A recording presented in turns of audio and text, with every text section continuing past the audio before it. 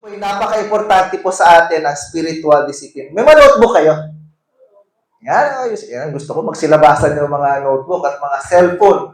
No? Natutuwa ako kasi active kayo lahat pag mayroong ano. Sana, minimeditate ninyo. No? Sana naman ay after nyo isulat, basahin nyo ulit. Baka meron akong na-miss out o hindi masyadong maliwanag sa akin. Yan pa naman ang hilig natin, lalo na yung mga nagpipicture. Pipicturean. Tapos, ang tanong, binabalikan nyo ba yung pinicturan? Ang totoo. Di ba hindi natin binabalikan? Basta importante may picture. May picture. Pero hindi natin binabalikan. No? Yung narinig natin, hindi natin inaaral ulit. So, napaka-importante. Pero kaya ngayon, ang ginagawa ko, nagdo-notes ako sa cellphone. Kasi doon ko kinukuha minsan yung aking devotion. So, pag nasa cellphone, ililipat ko yan sa notebook para na-review ko siya. Para ma-apply ko at the same time maging totoo sa buhay ko, maging lifestyle ko siya, no? Yan. So ito na po, so far, ito po yung ating ng pinag-aaralan. Actually, marami pong klase ng spiritual discipline, no?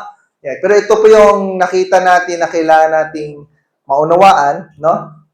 Yan. Mission-driven, kailangan lagi mong tatak sa isip mo na ikaw ay merong mission, no? Yan. The prayer, the Bible reading, the worship, the fellowship, journaling. Yan yung mga notebook ninyo. Kasama ng journal yan. And then, last week po, pinag-usapan po natin, para po ma-express po natin ang pag-ibig natin sa kapwa, kailangan natin mag-share ng gospel. Kasi hanggang di mo pa binahagi si Kristo sa isang tao na hindi pa nakakilala sa Diyos, hindi mo pa na-express yung pagmamahal na yun.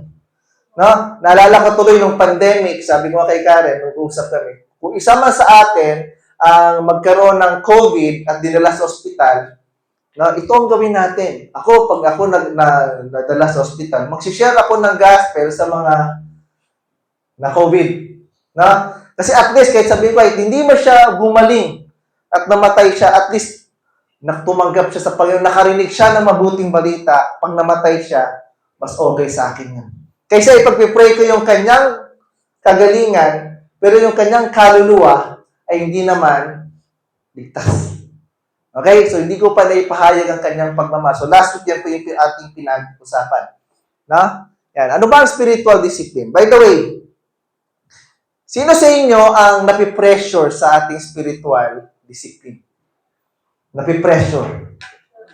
Yung pressure na kailangan ko makapag-devotion, kailangan ko makapag-pray, kailangan kong dumalo, lahat yun. No? Sino sa inyo nakaramdam ng kahit pa paano napipressure siya? Na parang bang nagigilty kapag hindi ko ginawa to, hindi ako nag-devotion, hindi ako nagsulat, hindi ako nakapagbasa, parang guilty ako. Tapos mo kamay, honestly, no? 2 lang, 3. So yung iba, malalalim na Christian to. Hindi kayo nagigilty. No? Pero ang tanong, consistent ba kayo? Na? Yan. So ito po ang ating spiritual discipline. Ibig sabihin po nito, pag hindi mo po ito ginawa, huwag po kayong mag-guilty. No? Kasi ito po ay training po sa atin. Ang goal po nito para lumalim tayo sa Diyos. Kaya huwag kayong parang naapektuhan na yung pagkatao nyo dahil hindi kayo nakapag-devotion, parang nasira na yung araw ninyo. No? Kasi ito po ay intentional practice. Pag kayo po ba ay nasa training, sino po yung mga atleta rito? Pag nagtitraining po ba kayo at hindi kayo nakapag-train ng maayos, no? Ikukulong ba kayo? Hindi, di ba? So sabi nga dyan, intentional practice of habits or practices, habits, lifestyle, no? Kaya ang goal niyan, intentional mo siyang gagawin para maging habit mo siya hanggang sa ipapamumuhay mo na siya. No?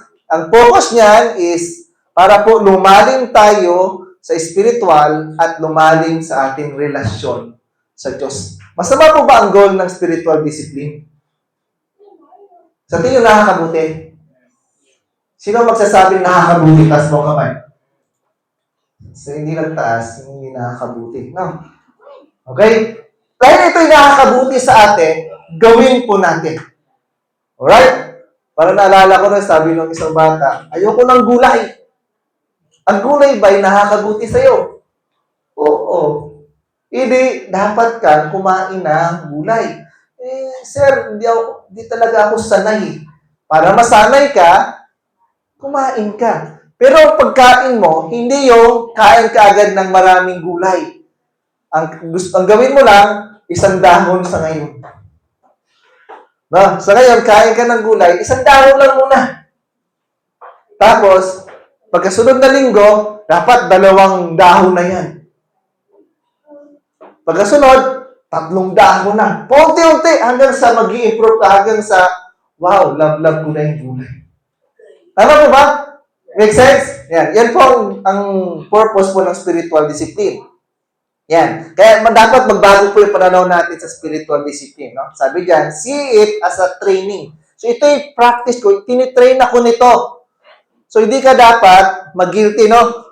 Yan. Hindi po ito para, not a penalty. Hindi po ito parusa sa'yo. Para bang, ang busy-busy ko na nga tapos dadagdag pa to sa gawain ko. Baliktad po. Kasi naging extra time yung panahon sa Diyos na dapat yun yung priority. Tama po ba? Not as a guilt-motivated duty. So, sabi ko kanina, kung napipressure kayo, huwag kayong ma-pressure. Ito po ang style niya. No? The goal is not doing. Hindi yung kung ano yung ginagawa mo. No? Kundi ang goal ay yung being mo. No? Mapapalapit ka sa Panginoon. No? Magbago ang iyong character. No? Makilala ka bilang tunay na mananampalataya at tagasunod ni Kristo. Yun po yung goal. Hindi yung ginagawa. Pasinin po ninyo, no? Marami pong tao magpapakitang gilas na sila ay Christian o sila ay banal. Pero ang totoo niyan, sa loob-loob, yung pagkatao niyan, bulok. Hello? Ang banal-banal. Alam mo, meron kaming dati, landlady nung nagka-college pa ako, no? Landlady namin, napakabanal. Lahat ng rosaryo, nandun siya. Lahat yung tawag sa prayer nila? Kapag, Semana Santa? Lubina. Pasyon. Laging nandun. Pero pag uwi ng bahay, kung makasigaw, pagura. Grabe. So, hindi po yung kung ano yung ginagawa mo, kundi ang training po nito, yung pagkatao mo, mababago. Babaguhin nito yung character mo. Kasi gagawin mo ito ng, minsan, patago. Or isolation. Solitude. Para kang nag-iisa ka lang, pero ginagawa mo ito, hindi para pakitang tao, kundi paglago bilang individual. Ayan. Since ito po ay last day po ng ating spiritual discipline. Although, sa buong taon, pag-usapan po natin to. Yan. Start small and simple. Gaya ng gulay kanina. Hindi mo naman kailangan. Dapat makapag 10 chapters ako ngayon pag binabasa ko yung Bible. Sa ngayon, kung hindi mo kaya ng isang chapter per day, magpasa ka kahit 10 verses per day. Mahirap ba yan? Masyado natin pinapahirap, no? Pero ang kailangan mo lang gawin, umpisahan mo sa maliit. No? Simplihan mo lang. Yung pagsusulat, kahit isang verse lang per day. O kahit hindi man per day, at least once a week, meron. Pag next month, magiging 2 na yan per week. Kung hindi ka nananalangin ngayon, dahil parang hirap na hirap ka, pilitin mo. Sa ngayon, maikling prayer lang muna, pero ang kailangan ko lang, ang sikreto lang dyan ay consistency. Kailangan tuloy-tuloy kahit maliliit na bagay itong ginagawa ko. Consistency instead of intensity. Kailangan matindi yung prayer. Di ba? Kailangan umiyak ako habang nagdi-devotion. Hindi ganon. Ang kailangan dyan, simple but consistent. Okay? Ayan. Do not despair if you feel no movement or emotion. Tingnan anong goal nito? Para may pagbabago at lumalim ka sa pagkakilala sa Diyos. Parang wala namang resulta eh. Parang nagsasayang na ako ng oras. Tanda po natin, may proseso po ito. Trust the process. Pero ang goal talaga nito, hindi mo lang nakikita.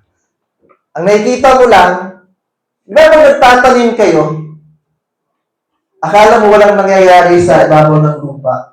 Pero sa ilalim pala ng lupa, palawak ng palawak yung ugat. Hindi mo lang alam, hindi mo pa nakikita yung resulta at bunga, pero alam mo na may nangyayari sapagkat ginagawa mo ito sa Panginoon. That's our goal. Kaya po, akala nyo lang ay, kaya di ko akalain no? Naging hobby ko lang po yung pagbabasa ng Bible nung high school. Dahil introvert po ako, wala po akong ginawa, kundi nakahiga, nakaupo sa bahay. Taong bahay ako. No? Pag walang pasok, nasa bahay lang, di ako gumagala. Pag niyaya ako mag-basketball, lalaro ako niyan, lalabas ako niyan. Pero talagang bahay, taong bahay ako. Wala akong ibang ginawa kundi magbasa ng Bible. Pero wala namang intention nun. Wala akong goal. Basta sa akin lang, panglibang sa oras ko. Basa-basa. Hindi ko akalain na yung mga nabasa ko at parang naalala ko, gagamitin pala ito ng Diyos nung nagpastor ako. So, di ko akalain, kaya pala, sabi ko, ito pala yung ibig sabihin nung nabasa ko noon. Kaya mas madali kong maintindihan yung message ng pastor kasi nabasa ko na yung Biblia. Tingnan niyo po, kung wala kayong idea sa kwento ng mini-message, ano kayo? Nakaganon kayo nito. Pero kung may idea kayo, nagiging malinaw sa inyo yung picture, ano yung mensahe ng salita ng Diyos. Okay po? Ayan, you focus on the fruit. Okay po? Kaya sabi nga dyan, no discipline seems pleasant at the time but painful. Although yung tema po nito ay pagdisiplina po ng Diyos. No? Pero sa spiritual discipline po, tayo po ang didisiplina sa ating sarili. No? Sabi dyan, later on, however, it produces a harvest of righteousness and peace for those who have been trained by it. Pag sinanay mo ang sarili mo sa mga disiplina na ito, di ba parang nagiging habit ko siya, nagiging mas mabuti kang tao. Hello? Alam niyo po, meron pa akong bisyo noon. Ang bisyo ko po, alak. Alam niyo yung kwento? Si pastor po ay sulong baga. Every day, nasa Baclaran. For 1 year. Mga kwento nga ni Noriel sabi ni Noriel, nung nag-college na siya dun sa school ko, sabi niya, may kinuwento si Tata, yung pamangkin ng landlady. Nung nagbo-board ka pa daw doon, nahulog ka daw sa upuan sa kalasingan. Mga kwento niya, kubira to, naalala pa nila. 4 years ago pa, no? Naalala pa nila, so kinukwento nila, si Norman, grabe yan, nahulog yan. So, pero, nung kalaunan, nung nawala po yung aking paglalasing, bigla akong naisip yun. Tapos ngayon, tinitikman ko yung alak, no? Parang, ang pait. Lalo na yung tanduay. Grabe, pangit ang lasa. Okay, so dito, disiplina ng Diyos. Pero dito, sa spiritual discipline natin, tayo po ang magdidisiplina sa ating sarili. Sabi dyan, I discipline my body and keep it controlled. So, kailangan kontrolin ang sarili ko, kailangan ko disiplinahin. Lest after preaching to others, I myself should be disqualified. So, ang ating pong topic sa umagang ito, basahin po natin ng sabay-sabay. The spiritual discipline of giving. Okay? Ayan. Kailangan po natin ito maintindihan. Kasi po, bahagi po ng ating pong pananampalataya, bahagi po ng ating pagsamba, ang pagbibigay. No? Ang pagbibigay po ay, pwede ka magbigay ng kahit di mo mahal ng Diyos. No? Pero kung mahal mo ang Diyos, hindi ka pwedeng hindi magbigay. No? So, tayo po tayong lahat, basahin po natin ang ating pong sitas. Haba na introduction, no? Parang, akala ko mag-closing prayer na opening pa lang. Sige, basahin po natin ang sabay-sabay. Ready? Go! Huwag kayong magtipon ng mga kayamanan para sa inyong sarili sa lupa, na dito ay naninira ang bukbok at ang kalawang at ang mga magnanakaw ay nakakapasok at nakakapagnakaw. Kundi magtipon kayo para sa inyong sarili ng mga kayamanan sa langit, na doon ang bukbok at ang kalawang ay hindi makapanira at ang mga magnanakaw ay hindi rin makakapasok ni makakapagnakaw. Sapagkat kung nasaan ang iyong kayamanan, naroon din naman ang iyong puso. Tayo po'y manalangin. Dakilang Diyos, marami pong salamat sa umagang ito. Dalangin po namin, Lord, na kami po ay inyong bubugin sa pagkakilala sa inyo. Tulungan niyo po ang bawat isang Panginoon na amin pong manuwahan ang mensahe mo na magagaling po sa inyong bibig, Panginoon. At dalangin po namin, Lord, na puspusin niyo kami ng iyong banal na Espiritu na siyang magtuturo sa amin paano po mamuhay ayon po sa inyo pong kabanalan. Dalangin po namin, Lord, but before that, Lord, we pray and we ask for forgiveness sa mga nagawa po namin. Kung meron man kaming nakaligtaan na ihingi ng tawad sa inyo, dalangin po namin, bago po kami tuluyan pang makinig ng inyong salita, ay humingi po kami ng tawad sa inyo upang wala pong maging sagabal sa inyo pong presensya sa buhay namin. Because, Lord, every time we approach you, Lord, with holiness. Because you are a holy God. Kaya salamat po. Tulungan niyo po ang bawat isa na lumago po sa aming pong pagkakilala sa inyo. Thank you so much. In Jesus' name I pray. Amen. Amen. Tayo po yung magsiupo ulit. Ha? So, tuloy-tuloy lang po tayo na the spiritual discipline of giving. Although ang giving po ito po ay spiritual gift. Okay? Pero gano'n pa man, sabi nga ng iba, kung wala ka daw spiritual gift of giving, hindi ka daw magbibigay. Mali po yun. Na lahat po tayo ay ni-require ng Diyos na magbigay. Yung nga ibang-iba yung mayroong spiritual giving kasi ang mayroong spiritual giving, nagbibigay ng sobra-sobra. Okay? Yung tipong hindi niya iniisip kung ano yung mangyayari sa future niya kapag binigay niya ito sa ano. Yan po ang merong spiritual gift of giving. Yung tipong pag may nakita ng pangangailangan, lagi na nakita yung pangangailangan. No? Every time may makausap yung tao, sensitive siya sa pangangailangan at the same time, kailangan niyang tumulong. Yun po yung spiritual gift. Pero yung ating pong tatalakayin, yung spiritual discipline of giving. No? Bakit po?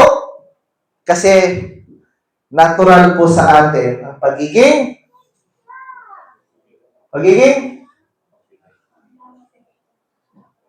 may na bakit pinatatawa? Pagiging sarili. Okay? Siguro si Brother Julio sure kasi mayroon siya spiritual gift of giving. Pero ang natural sa atin, makasarili tayo. Pag pera ko yan. Tama? Ang sahod ko yan. Ang kinita kita ko yan. Ang inipon ipon ko yan. Yung bank account ko yan. Sa akin nakapangalan yan eh. Pero ituturo po sa atin sa umagang ito na lahat ng atin ay hindi yan atin. Okay? Kaya po, nung hindi pa po tayo mananampalataya, ang tingin talaga natin, although mananampalataya na tayo, ano pa rin tayo, makasarili. Atin lang. Ako masusunod. Ako lang ang bida. Ako lang yung maganda. Ako lang dapat ang pinapakinggan. Kasi yun po, kaya kung titignan po ninyo, yung kasalanan po, anong spelling ng kasalanan? Ang sin? S-I-N. Ano yung middle letter? I. Kaya, every time sinasabi mo, akin, ako. Aba, pinapairal mo yung kasalanan na meron ka. Kaya, ang mensahe po ng Panginoon, mapagpakumbaba ka. Lagi mong ituring na mas mahalaga ang iba kaysa sa'yo. Love others just like you love yourself. Sabi nung topic last week. Kasi, pag laging sarili ang iniisip natin, yun yung tinatawag na we are living in the flesh na para bang atin lang to. Na, iba po, kaya kung ang Panginoong Hesus ay makasarili, bakit kailangan ko mamatay para sa'yo? loko-loko ka eh. Ba't ko mamamatay para sa'yo? Pero ano inisip niya? I have to die for you because I love you and you need me. Kaya kailangan yun, no? Kaya, isa sa mga kaligtasan binigay sa atin ng Lord, di lang kaligtasan mula sa kasalanan, kaligtasan mula sa ating sarili. Pinalaya tayo sa ating mga sarili. Okay? So, tuloy-tuloy lang tayo. So, spiritual discipline of giving. Ang pagbibigay po ay higit pa sa pera. Mas kasi pag naisip natin, pagbibigay, lagi po, pera. Humingi ng tulong. Wala akong pera eh. Pero kailangan niya naman pala, tulungan mo siya magbuhat ng mesa. Kailangan mo magbigay. Ang kailangan mo lang, magbigay ng tulong. Pero hindi pera. Tulong. Ang kalakasan. Sabi nga dyan, it focus instead on generous heart, no? You offer your time. Tulong yan. Giving time. Tulong po yan. Pagbibigay. Giving your talents. Ay, by the way, mayroon pang special number dapat? Practice kayo? Hindi ko nililin. Next week na lang. Dapat kinalabit yung pastor. Aking special number. Okay. Yan. Offering your time, your talents. I-offer mo yung kabaitan mo. Okay? And encouragement. Pagbibigay, kalakasan. Hello? Kaya kung ikaw ay iba ka sarili, lagi isipin sarili ko. Hindi ka mag-encourage. No? Hindi ka magsaserve sa Lord. Kasi lagi mong iniisip, ako'y dapat yung pinaglilingkuran. Karamihan po sa atin, mga Korean. Alam niyo ba yan? Mga Korean, pag may pinapagawa, tutulong ba ako?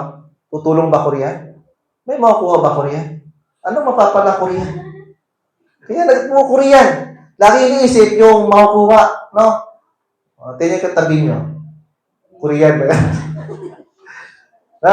So sabi dyan, yan po yung pagbibigay. Hindi lang po siya puro pera. Pera, no? Marami po tayong pwedeng offer. Pero ang akin pong tatalakayin ngayon, of course, patungkol sa pera. Bakit po? Kasi sabi ng Bible, no one can serve two masters. Na you can either hate the other or love the other. Sabi sa Matthew chapter 6. No? Ano pa? You cannot serve two masters. You cannot serve both God and money. Mammon. Tama? So, kaya siya pera because itong perang ito ay masyado natin ginudiyos. Mamaya, may part pa po yan. So, sabi nga dyan, whoever sows sparingly will also reap sparingly. No? Whoever sows generously will also reap generously. Ito po yung sabi ni Pablo. Each of you should give what you have decided in your heart to give, not reluctantly or under compulsion, for God loves a cheerful giver. Na, sabi po ng iba, marami pong klase ng pagbibigay. Pag tinignan niyo po yung Old Testament, ini-impose ni Lord ang pagbibigay sa mga Israelita. Yun, marami po yun. The tithes, the sacrificial offering, na pero pagdating po sa Old Testament, biglang hindi na ini-impose. Sinasabi nun doon, kung magbibigay ka ng buong kagalakan. Hello? Kaya po ang issue po ng pagbibigay, hindi po kung gaano kalaki. Okay?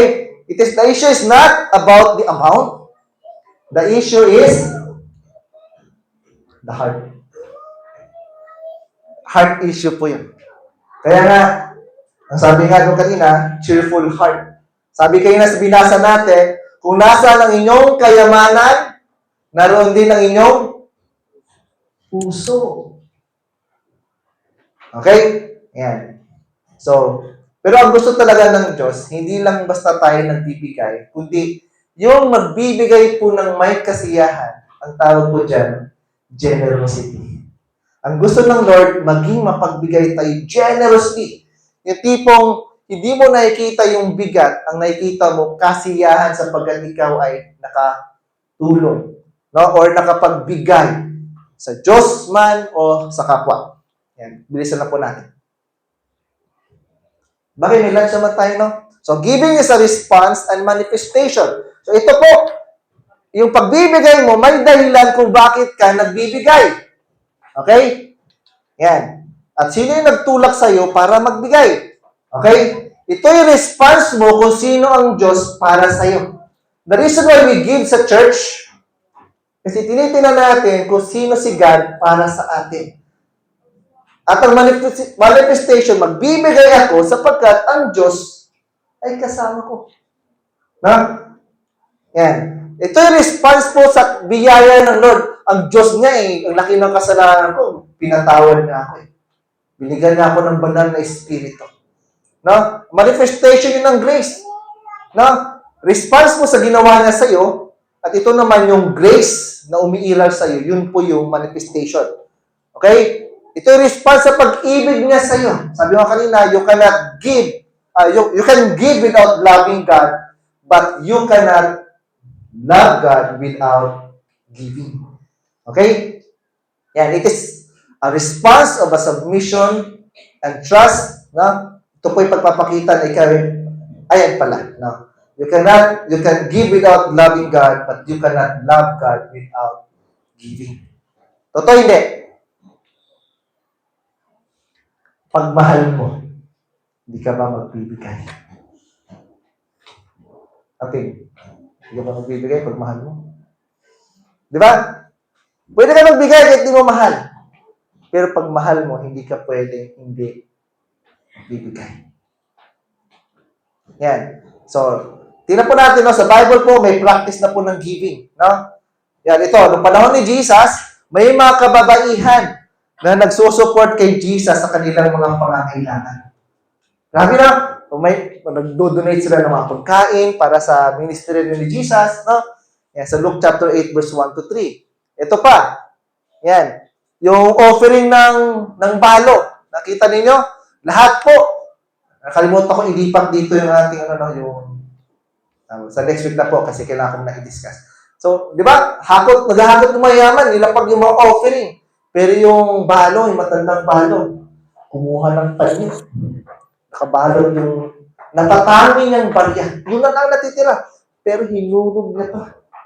Sabi ni Jesus, mas tinanggap ang kanyang offering kaysa mga mayayaman na ito. Hindi po ang issue kung magkano. No?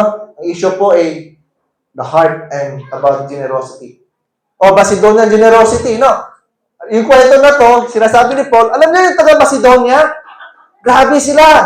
No? Nung dumating ako doon, dahil natanggap nila yung biyaya ng Diyos, yung kaligtasan ng Diyos, grabe sila magbigay. Kahit na hirap na sila, nagbibigay pa rin sila. Kahit wala na, magbibigay pa rin sila. Sobra, tigit pa sa kanilang kakayanan.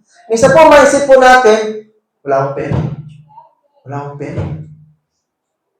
Pag gano'n ang mindset natin, nawawalan tayo ng tiwala sa Lord. No? Pero gano'n pa man, kahit wala ka na, magbibigay ka pa rin.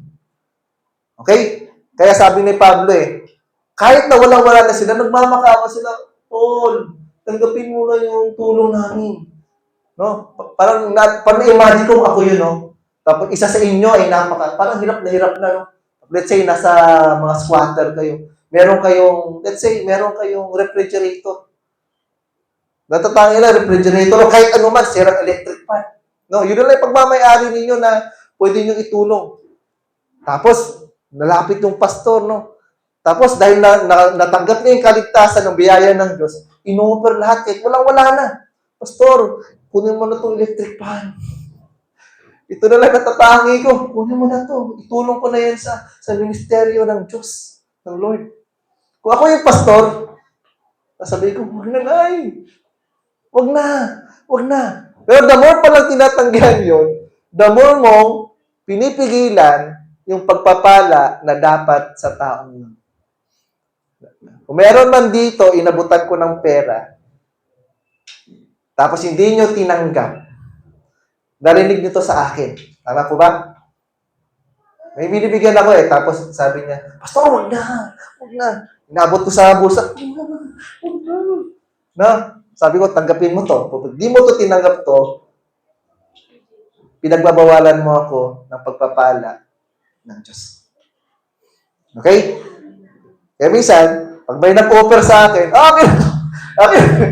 Joke lang po. Hindi matay ka na. Pero medyo mahiya naman ako.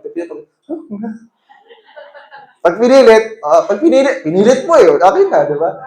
Anyways, yan po ay bahagi din po ng pagpapala sa iyo kapag pinagpala mo yung ibang tao. Na, yan, the common acts of the believers, lahat po ng unang mananampalataya noon, lahat, binenta nila lahat ng kanilang ari-arian. Tapos pinaghati-hati sa lahat. Kung ikaw yung mayaman, tapos binenta mo yung ari-arian mo, tapos yung mahirap, kunti lang yung binenta nila, tapos pare-pareho kayo, let's say, ang benta lahat is 1 billion. Tapos lahat kayo, tigi 1 milyon. Ikaw yung mayaman, parang lugi yata ako. Pero ganoon pa man, hindi sila nagre-reklamo. Masaya sila. They have one common. Binenta yung ari-arian nila, pinagsama yung pinagbentahan at inahati-hati sa bawat isa. Ganun po sila nun. So, yun po yun. So, ito, tingnan po natin. Meron lang po kumabagay kung bakit kailangan natin ito i-practice. Dahil ang pagbibigay po ay inutos po ng Panginoong Hesus. Ang pagbibigay po ay gawain po ng pagsamba. Every time you give, that is worship. Giving is a test of faith. Giving is a stewardship. Giving breaks greed and idolatry. So, isa-isa na po natin. So, it was giving bears God's image. Okay po? So, daan na po natin yan. Number 1, Jesus commanded us to give. Sabi dyan, in all things I have shown you that by working hard in this way, we must help the weak and remember the words of the Lord. Jesus, how Himself said, it is more blessed than to receive. Sabi niyo sa katabi niyo, it is more blessed than to give than to receive. 1, 2, 3, go. Mas mainam, mas pinagpala ang magbigay kaysa tumanggap. Hello? Yeah. Ang mindset kasi, kaya ito po ay paradox. Ano yung paradox? Figures of speech po yan. Na ibig sabihin, kung ano yung sinasabi nito, kabaliktaran yung sinasabi. Ang Christian values, ang Christian doctrine po, paradox lang yan. Kabaliktaran kung ano yung iniisip ng mundo. Iniisip ng mundo, kapag nagbigay ka, ikaw yung mawawalan. Pero ang Bible, ang sinasabi ng Bible, pag nagbigay ka, ikaw yung magkakaroon. Ang sabi ng Bible, ang sabi ng mundo, pag sumurrender ka, talo ka. Ang sabi ng Bible, pag sinuko mo ang buhay mo sa Diyos, panalo ka. Hello? Sabi ng mundo, pag namatay ka, lugi ka. Pero ang sabi ng Bible, pag namatay ako kay Kristo, kapakinabangan yun. For to me, to live is Christ, and to die is gain. Okay? Number 2, giving is an act of worship. Yan. Tandaan po natin ang pagsamba, yun po yung pagtaas mo sa Diyos, pagtingin mo sa Diyos kung gaano siya kahalaga sa iyo. I appeal to you, therefore, brethren, by the mercies of God, to present your bodies as a living sacrifice, holy and acceptable to God, which is your spiritual act of worship. Okay? Ito, pagbibigay. Pagbibigay ng iyong buhay na katawan. Kasama sa katawan mo, lahat ng kung anong meron ka. Hello? Hindi lang yung katawan mo, kundi lahat ng pagmamayari mo, surrender lahat yan sa Diyos. Kung may bahay ka, kaya po merong house blessing or house dedication, kasi ino-honor mo na ito na to is para to sa Lord, hindi to akin. So, i-offer ko ito sa Panginoon. Okay? Minsan po, nakadepende ang pagbibigay kung gaano kahalaga ang Diyos sa iyo. Hello? Malinaw ko ba? Kasi kung gaano kahalaga ang Diyos sa iyo, minsan doon po magagaling kung gaano kalaki ang ibibigay mo sa Panginoon. Kung hindi siya ganun kahalaga sa iyo, magbibigay ka lang ng konti. Pero kung ganito siya kalaki sa'yo, napakalaki ng ginawa niya sa'yo. Sabi ko kanina, ang pagbibigay ay response mo yan sa Diyos sa ginawa niya sa buhay mo. Yun po yung pagkakilala mo sa Kanya. So sabi nga dito, kung gaano mo sinasamba si God, kung gaano siya kahalaga sa'yo, magbibigay ka. Okay? Pero hindi kailangan ng Diyos yung pagbibigay mo. Okay? Kundi, pagsamba mo kasi yan. Ang worship po is what you give to the Lord. Pasilin po ninyo, pag nag-worship sila sa Old Testament, anong ginagawa nila? Nag-o-offer sila para mag-worship. Tama? Meron laging offering as an act of worship. May sacrificial offering kasi yun po ay worship. Yun po ay pagbibigay. So, hindi lang po perang pagsamba, kundi oras, panahon, lahat ng bagay na meron ka, kasama yun. So, giving is an act of worship. So, every time we practice the giving, hindi po ito para, ang problema kasi sa maraming churches, nagkaroon po ng issues patungkol sa financial. No? Yan. Dahil ang mga pastor daw ay mga asong gutom. Sabi ni Soriano, sinisiraan niya yung mga pastor, no?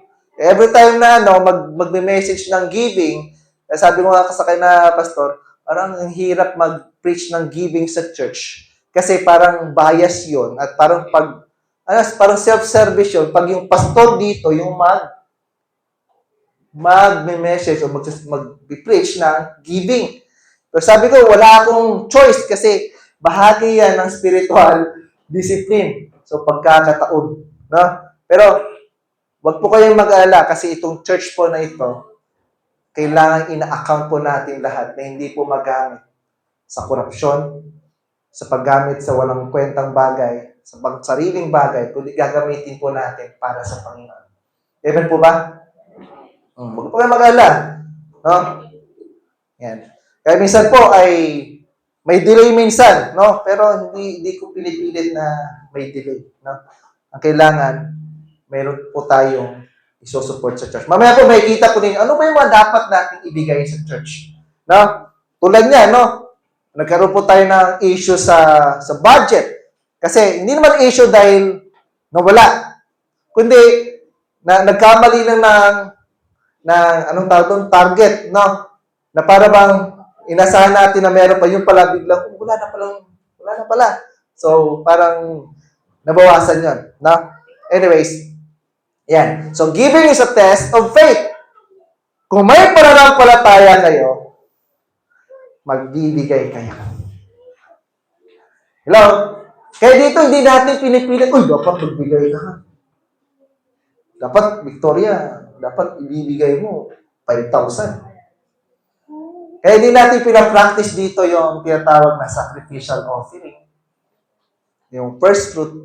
Kasi ang gusto natin, ma-practice natin na yung pagbibigay natin, hindi dahil sinabi ni pastor, kundi dahil yun po yung sinasabi ng banal na Espiritu sa kaloob-looban mo, na meron kang kalayaang magbigay ayon sa pagkakilala mo sa Kanya. Kayo po ba yung magbibigay kung hindi nyo kilala ang isang tao? Will you give to strangers? Sabi nung hindi nyo kilala, Kuya, yan. Tingin 1,000. Bibigay niya? Ang totoo, baka may magtaas dito. Masyado ka ng generous. Hindi tayo basta-basta magbibitaw. No, lalo na, hirap ka rin. Hindi ka basta magbibigay. Pero yung taong yan, kilala mo. May relationship kayo. Kilala nyo isa't isa. Kapatid ko to. Kasama ko to sa church. Therefore, kahit magkano, magbibigay ka para itulong. Okay? So sabi dyan, giving is a test of faith. By faith, Abraham, when he was tested, paano sinubok yung pananampalataya ni Abraham? Sinubok ang kanyang pananampalataya nung inutos ng Lord na i-alay at i-offer niya ang kanyang bugtong o nag-iisa o pinakamamahal na anak na si Isaac. Sabi dyan, when he was tested, offered up Isaac, and he who had received the promises, was in the act of offering up His only Son. Ang sagot ng Lord, Abraham, huwag mong patayin si Isaac. Sabi niya, ngayon alam ko na meron kang pananampalataya. Hello? Kaya hindi mo pwedeng sabihin, may pananampalataya ako, pero hindi ka magbibigay sa Panginoon. Nevertheless, kung pera man yan, or kahit ano pa yan. Amen po ba? Yan. Giving is acknowledgement of God's ownership, or giving is stewardship. Ito po ay pagkikilala or pag-acknowledge natin, itong bagay na meron ako, hindi ito akin. Kaya niyo bang sabihin yun? Yung sahod ko, hindi ito akin. Kaya niyo bang sabihin yun? Pag sinabi mong akin lang, sabihin ng Lord, o sige, kunin ko yung parte ko. Tagalang na lang kita ng hangin. Tingnan ko lang kung makasahod ka pa.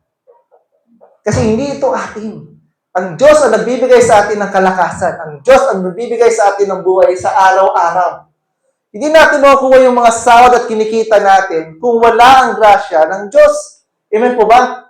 Kung hindi ka na binuhay sa araw na ito, dahil supposed to be, dapat patay ka na ngayon. Kasi makasalanan ka. Naalala ko nung Friday, nag-start na po kami ng usbong sa school. No? Yung mga teachers doon. So, isa doon ay, ano sasabihin ko? Kalimutan ko ito yung sasabihin ko. Sana ba ako? Hindi, bago yun. Kalimutan ko. Yung pagmamayari. Basta ganun. Yan. So, anong lahat ng meron ako ay sa Diyos yan. So, the more na nagbibigay ka dahil iniisip mo, hindi ito akin. Sa Lord kasi ito eh. Ngayon, ibibigay ko sa Kanya kasi sa Kanya naman ito eh. Amen po ba? Sa Kanya ito eh. Ang tawag sa mga tao na pinakain mo na, tapos hindi mo lang nagkatrabaho, hindi mo man lang tumulong sa iyo, ano tawag sa kanila? Mga walang utang na loob. Pinaaral ka na, pinakain ka, lahat-lahat. No? Pero sa Diyos, di ba yun? Lahat ng ito ay pagmamayari ng Diyos. Yung oras ko, siya lang naman nagbibigay sa akin ng oras eh. Ibibigay ko ito sa Kanya. Yung kalakasan ko, malamang. Actually, sa totoo po, may trangkaso po ako mula pa kahapon. Ewan ko ba, sa ngayon, masakit pa rin yung likod ko. Hanggang dito. Hindi ko alam kung anong meron. Baka, doktora, para reseta mo. Okay? So, lahat ng bagay na ito, sa tuwing nagbibigay ka, ina-acknowledge mo, hindi ito akin. Pagmamayari ito ng Diyos. Kaya hindi ko pwede itong kim-kimin. Hello? Ito ay pinagkatiwala lamang sa akin. Sabihin niyo sa katabi mo, yung pera mo, pera yan ng Diyos, pinagkatiwala lang yan sa iyo. Hello? Pinakain ka na, tapos hindi mo pa rin na-acknowledge yung nagpakain sa iyo. So, sabi nga dyan ng Lord na 1/10 of the produce of the land, whether grain from the fields or fruit from the trees, belong to the Lord and must be set apart to Him as holy. Sabi ng Lord, ito yung dinideklara ng Lord, no? Ang 10% akin yan. Mamaya po, pagbabalikan po natin yan. So, meron po mga inaangkin si Lord, akin lang to. Yung bahagi na ito yung akin. So, hindi pwedeng wala kang ibibigay. Hindi mo pwedeng ibalik sa Lord yung Kanya. Pinagkatiwala ka lang eh. Pinagkatiwalaan ka lang. Parang pinaupa ka dyan, ibigay mo yung anong nararapat sa may-ari. Amen po ba? Yan, tuloy lang po tayo. Yan. Giving breaks the power of greed and idolatry. Yan po yung sinasabi ko kanina. Dahil po, yung ating possession, yung ating pera, lahat ng meron tayo, even yung ating mga sarili, ay ginawa nating Diyosan. Hello? Every time makasarili tayo, nagiging greed tayo. Sakin. Pag puro sarili ang iniisip. Pero the more na nagbibigay tayo, the more binabasag yung ating pagsamba sa mga bagay na pagmamayari natin. Now, you can be sure that no immoral, impure, or greedy person will inherit the kingdom of Christ and of God. For a greedy person is an idolater, worshiping the things of this world. So kung hindi mo kayang bitawan yan at ibigay sa Diyos, ang tawag dyan, pagsamba sa Diyosan. Ano ko kayo? Mukhang nag-struggle kayo. Yan. Sabi ka, no man can serve two master. Alam nyo yung salitang mamon? Yung mamon pala, hindi pala yan yung tawag sa pera. Si mamon ay Diyos-Diyosan ng Moabites o ng Edomites yata. Na Diyos-Diyosan pala yan. Ang tawag sa kanya si mamon. Yung mamon na ito, siya'y Diyos ng karangyaan, Diyos ng, basta marami siya, Diyos ng kayamanan, ganito ganyan. So kaya pala siya sinasamba ng mga tao noon. Kasi every time may sumasamba kay mamon, mayaman daw sila. Kaya ito pala ang pinagagalingan ng Panginoong Isus. No one can serve two master, no one can serve God and mamon. Pero sa ibang version, ang tawag po dyan, money. Kasi ang Diyos-Diyosan ngayon, hindi na si mamon. Pera na ang Diyos ngayon. Hello? Yan. So the more mo ito tinitingnan, the more kang nagiging greed, the more kang nagiging alipin ng pera. Tingnan yung katabi ninyo. Di ba alipin yan? Ang totoo, alipin tayo ng pera. Kaya mabigat sa atin. Ayaw natin bitawan. Parang, ibig na tithes 10%, naging tight.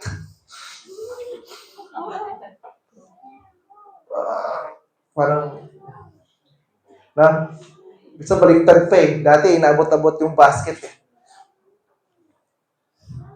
Ibig na mahulog, biglang lumabot na. Yeah. Ginawa ko po yan nung ako po ay high school sa Katoliko. Ang gulo na, sabi ko sa nag-aabot, gano'n pa siya. Sabi ko, uy, ano? Kala ko medyo lang po. Yeah. Oh, ginawa ko yan noon. Kasi alam niyo si Pastor, medyo loko-loko. Ayan. Maraming alam. So it breaks the power of greed and idolatry. So the more you give, the more worthy God is to you. The more naging karapat-dapat ng Diyos. The more mo siyang hinangaan, the more mo siyang tinatas, the more mo siyang pinagkakatiwalaan. At nawawala yung, alam niyo, contentment. Ang contentment, yung character trait namin sa school ng last week, contentment lang. Ano pala yan? May sekreto pala yan. Ini-experience pala, nililearn pala yan. Yung contentment. Hindi pa siya basta-basta, contento na ako, masaya na ako. Hindi pala. Naging kontento ka, the more na binibigay mo sa Diyos, the more na nagkakaroon ka ng pinagkakatiwalaan, the more ka nagiging masaya sa kung anong meron ka. No? Yan. And lastly, by giving, we are bearing God's image. Hello? Ano ang goal ng discipleship? To become Christ-like. If someone has enough money to live well, may pera ka. At nakita mo yung kapatid mo na nangangailangan, pero hindi ka nagpakita ng compassion. Ito, compassion na naman, gaya po last week. No? It shows no compassion. How can God's love be in that person? Sinasabi mo, may Diyos ka. Pero wala ka man lang awa at naitulong sa kapatid mo. Hello? Pero sana naman, no, kung meron mang humingi ng tulong dito, huwag nyo naman ipasukin. Okay? Mindset kasi natin, pag humingi tayo ng tulong, gusto natin, tulungan tayo sa lahat. No? Pag may inabot, magpasalamat kayo. Kaysa, wala. Ang kailangan ko, pastor, 1 million. Ay, sayang. Kaso, sige, tutulong ako, pero 100 ka. At least, meron ka pa rin 999,900.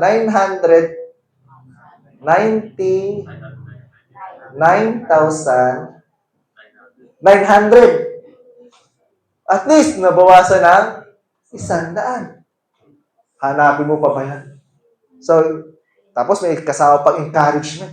Kumain ka na? O ito, kumain ka muna. O, malilibre yung pagkain ko. So, kung bibili man ako sa karinderya ng mga 70 pesos, nabawasan yung merienda ko, pinakain ako ni kapatid. Diba tulong din yan? Kahit anong klaseng tulong, basta meron kang inabot. Sabi dyan, kung meron kang pera, itulong mo na. Okay? Ayan, so ano bang ibibigay natin at para kanino tayo magbibigay?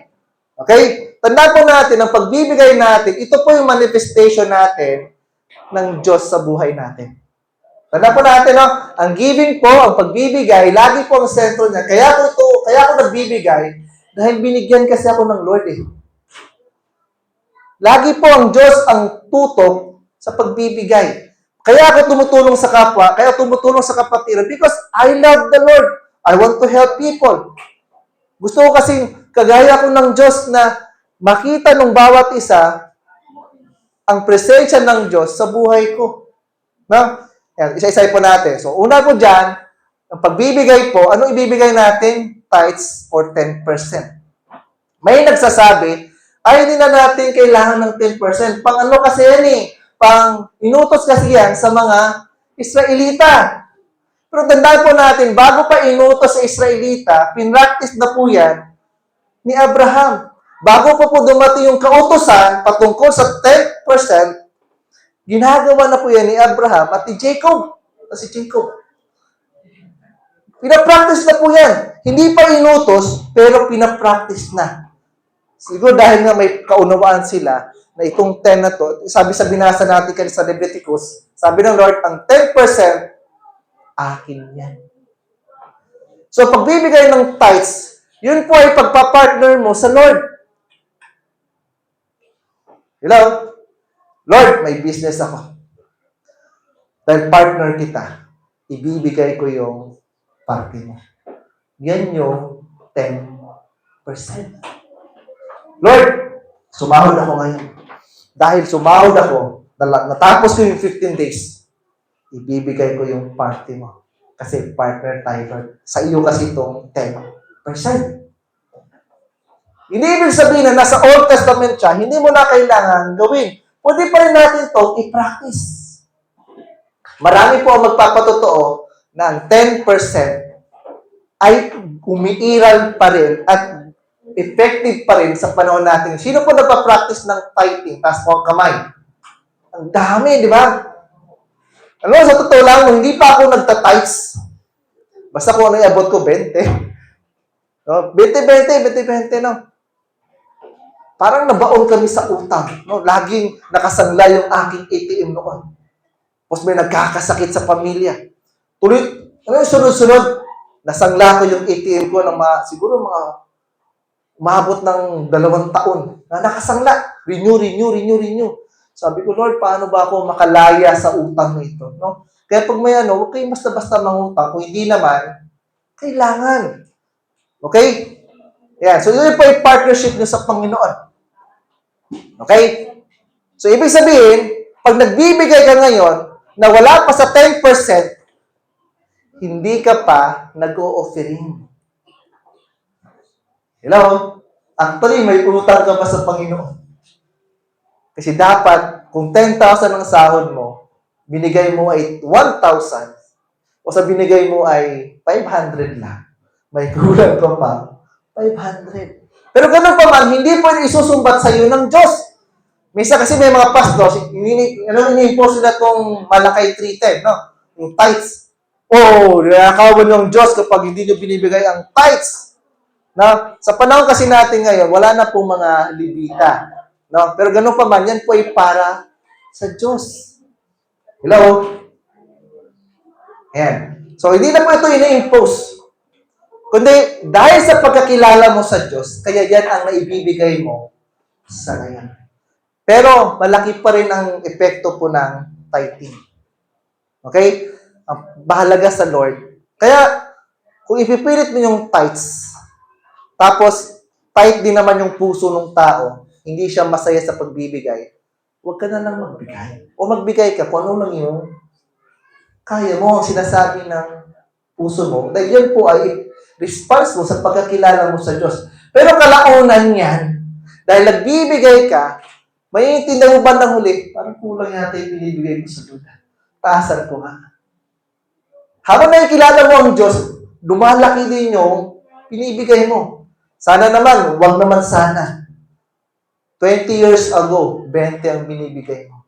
Sana naman, hindi na 20 ngayon.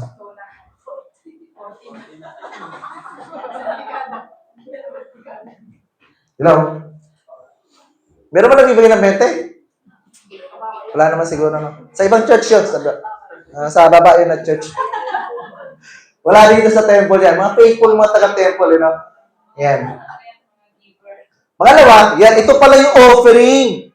Para maintindihan. Ano ba yung tithes? Ano ba yung offering? Yung tithes po, 10% yan. Okay? Yung offering, yun po yung lagpas sa 10%. Okay? That is your free will. Yun yung kalayaan mong magbigay. So, naibigay mo na yung parte ng Diyos, parang gusto ko pang magbigay. That's your offering to the Lord. No? Yan. Free will above 10%.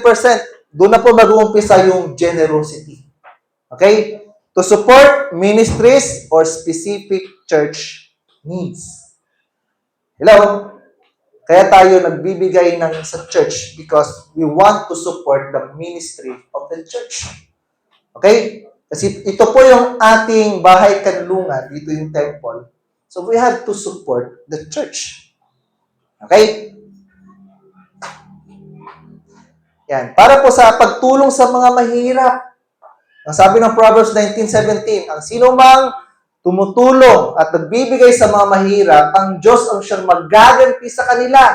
Kaya kung magbibigay kayo, lagi niyong isipin, yung pagbibigay ninyo, yung walang kakayahan, magbalik. Dahil ang Diyos ang magbabalik noon sa iyo. Siksik, biglit, at umaapag. Sana lang. Pero totoo yan. Sacrificial offering. Ito naman yung meron kang pinaglalaanan pero ibibigay mo ito. Medyo mabigat po ito ng konti kaya sacrificial. Mabigat ito.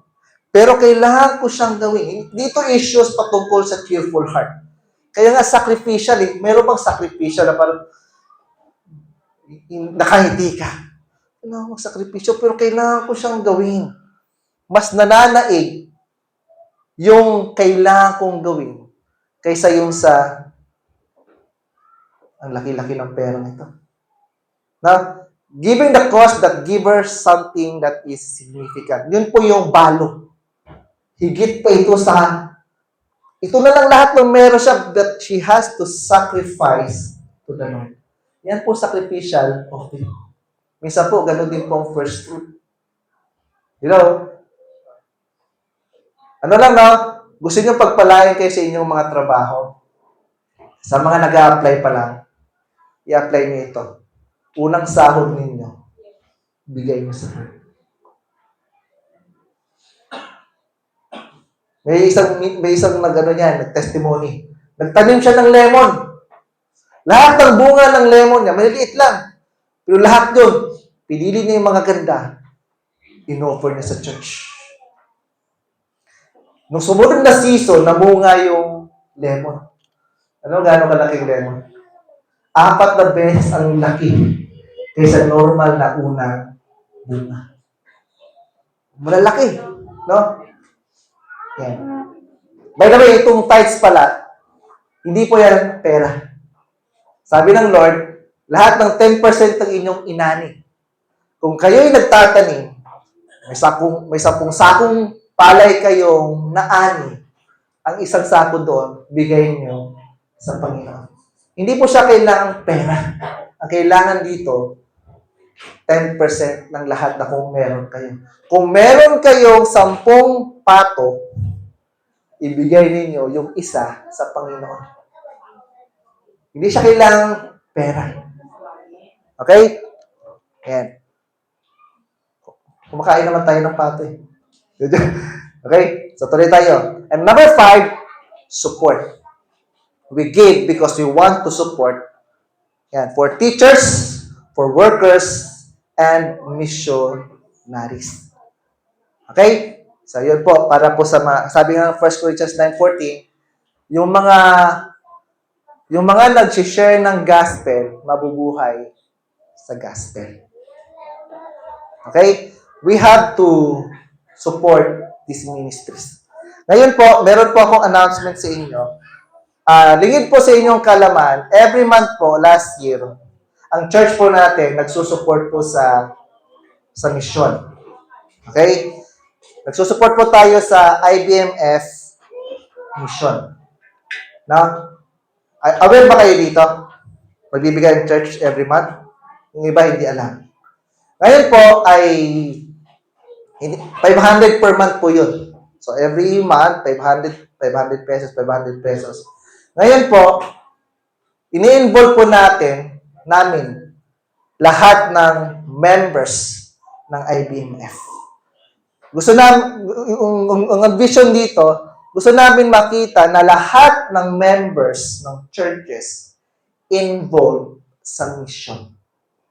Okay? So, every month, or every last Sunday of the month, o ngayon, last Sunday of the month, magkakaroon po tayo ng tinatawag na support for the mission. Okay? Kaya kailangan dalawa yung ating ano tawag dyan? Yung envelope. Dapat may kulay. Kasi dapat nakaseparate yun. Na? Kung gusto mo magbigay ngayon sa mission, separate mo yan. So, hindi lang natin gawin siya every last Sunday. Kundi, lagay lang natin dyan. Pwede nyo ihulog sa box, pero nakaibang kulay. No? Yan. Marami po yan. Hindi lang po yan pang mission. No? Kaya po gusto namin hindi pa po nagawa yung video. May video dapat na ipi-play yan. Na kung ano ba yung nangyayari ngayon sa mission ng IBMF. Alam niyo po, may narinig ako sa inyo, no, yung mga lumang members ng temple. Mga dati ng Baptist. No? Noon kasi, nakasanayan po ng mga IBMF churches na sila yung sinusuportahan ng main. No? Hindi ko nabutan yon, pero base sa kwento nila, buwan-buwan, may dumadating dito sa church na mga balikbayan boxes. Kalahin nyo, no, mga bagong pantalon, mga slacks, no, mga khaki, mga polo, mga necktie, no? Ang dami, may mga pambabae pa doon, di ba? Mga blouse, tapos minsan mga sapatos, isang balikbayan box per month. Hindi ko nabutan yon, pero parang totoo kasi sa lahat ng churches, yun po ang kwento nila. Tapos, every month, may matatanggap yung mga pastor. Yun po nung panahon na andar pa po tayo ng INCOR. Ang INCOR po parang international support natin. Kaso nung namatay si Pastor Gabino Tica, nawala yung support. Tapos, ang nangyari po, lahat ng under ng IBMF, nagkawatak-watak, nag-independent, no? Kaya ngayon, nagbaback to zero po ang IBMF. So, ang ginagawa po natin ngayon doon, in-encourage natin ng mga dating IBMF, manumbalik. At ipapaunawa sa kanila na yung mission work ng Panginoon, yung mission support, hindi dapat yung pagtanggap, kundi ito po yung pagbibigay natin sa gawain ng Panginoon. Gusto mo maging involved sa pangdaigdigang mission ng Panginoon? You support the mission. Tama-tama, next month, continuing the mission po ang ating topic. Okay? So, sa ngayon, wala pa tayong may kulay. No? Pero mamaya, mag-emphasize po tayo sa giving. Ano po natin sa white box. Bahala po kayo kung magbibigay po kayo sa mission. Kahit magkano po ang ibibigay ninyo, wala po. Dati, kailangan 500 per church. Pero ngayon po, ay bukal sa loob ng bawat member ang pagbibigay. Okay? Ayan. So, ngayon po, ang ginagawa po natin ngayon, nagta-travel po ang iba sa amin. No? Meron po ngayon, may nakuha na po kami na may nanumbalik po sa atin from Bacolod.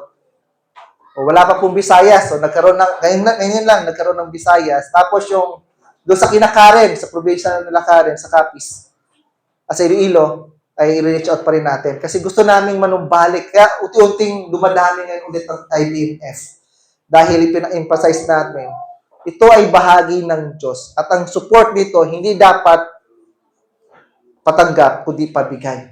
At meron pa silang sinasabi, pag merong bagong church, magbibigay ng suporta ang misyon sa bawat church na naitayo. So, tama yan, bro.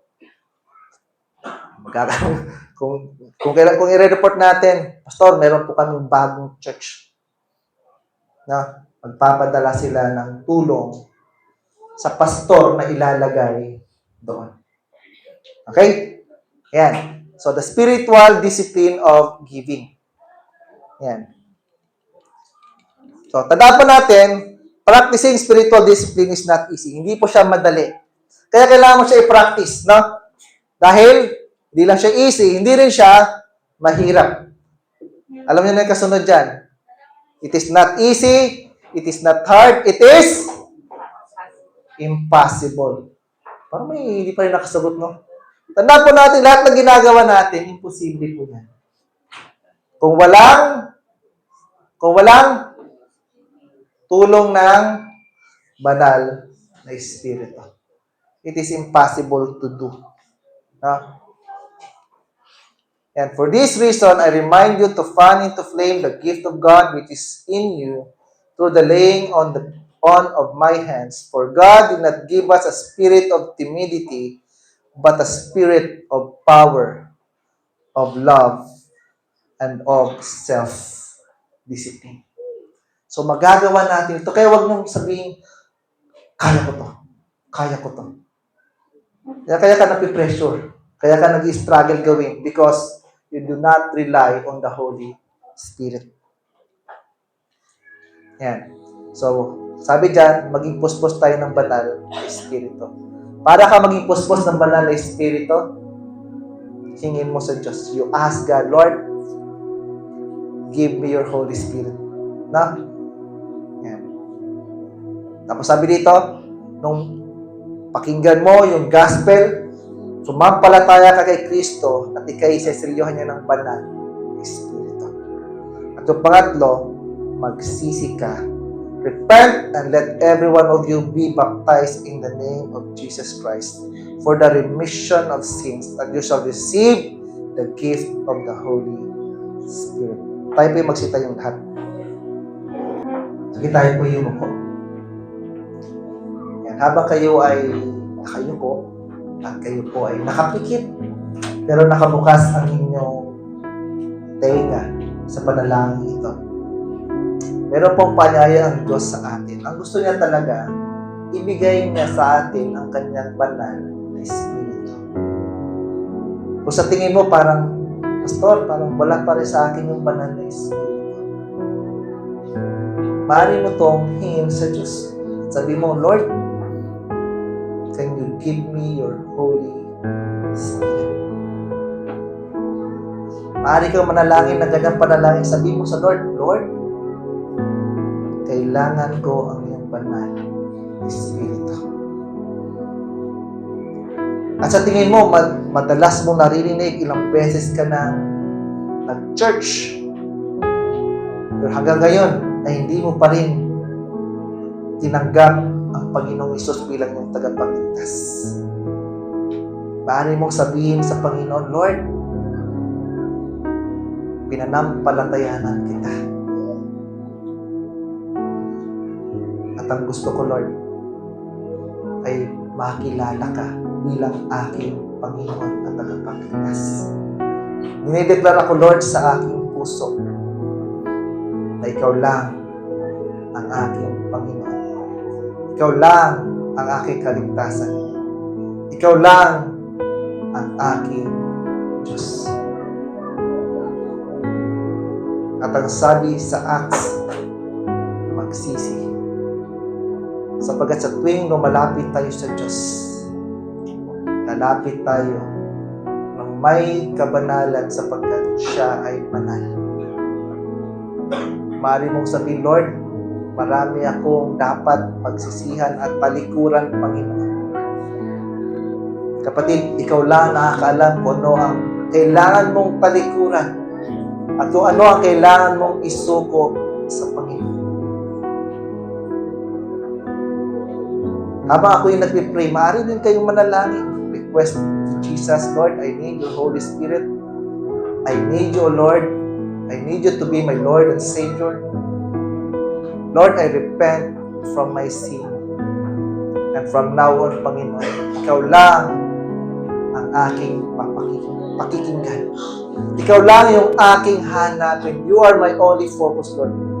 You are my only love na nilalaman ng aking puso.